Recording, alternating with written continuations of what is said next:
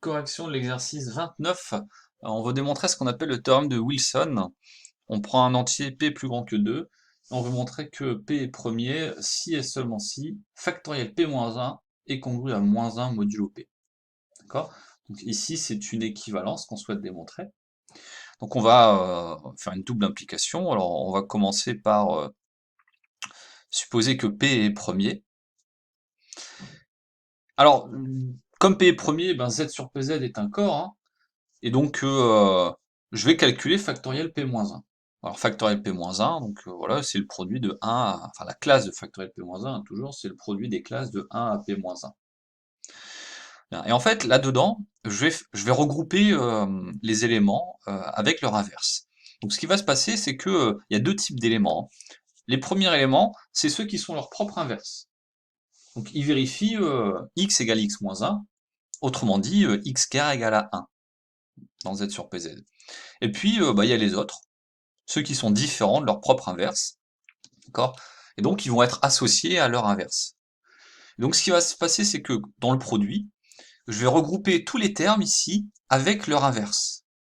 Bon, l'avantage, c'est que si je regroupe chaque terme avec son inverse, ça me donnait la classe de 1. Bien. Et donc, à la fin, qu'est-ce qui va me rester? Bah, tous les éléments qui ne sont pas leur propre inverse, je vais les associer à leur inverse, ça va me donner 1. Donc, il va rester là-dedans bah, seulement les éléments qui sont leur propre inverse.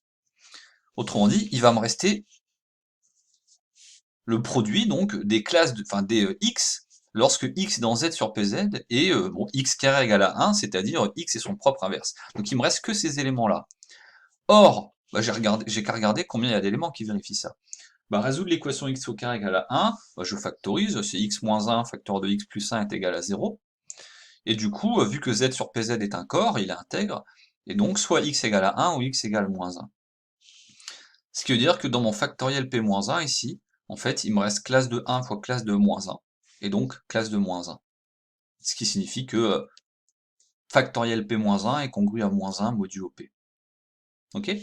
Alors, réciproquement maintenant, si factoriel P-1 est congru à -1 modulo P, donc je vais prendre D, un diviseur positif de P, et puis je vais supposer qu'il est plus petit que P-1. Bon, vu que je veux montrer que P est premier, donc en fait je veux montrer que D est nécessairement égal à 1. Il n'y a qu'un seul diviseur qui n'est pas P. Alors, bon, bah, vu que D est plus petit que P-1, il divise factoriel P-1, puisque c'est l'un des facteurs qui composent le produit. Bien, maintenant j'écris ce que ça veut dire que factoriel P-1 c'est -1 modulo P, donc c'est-à-dire que factoriel P-1 c'est -1 plus KP, et je dis, bon, bah oui, mais alors D divise P, par hypothèse, donc D divise KP, hein, et puis D divise factoriel P-1. Donc par différence, eh bien D va diviser 1. Oui, mais alors, vu que D est plus grand que 1, il divise 1, c'est 1. Et donc P n'a que deux diviseurs, 1 et lui-même, deux diviseurs positifs. Donc ce qui achève la démonstration.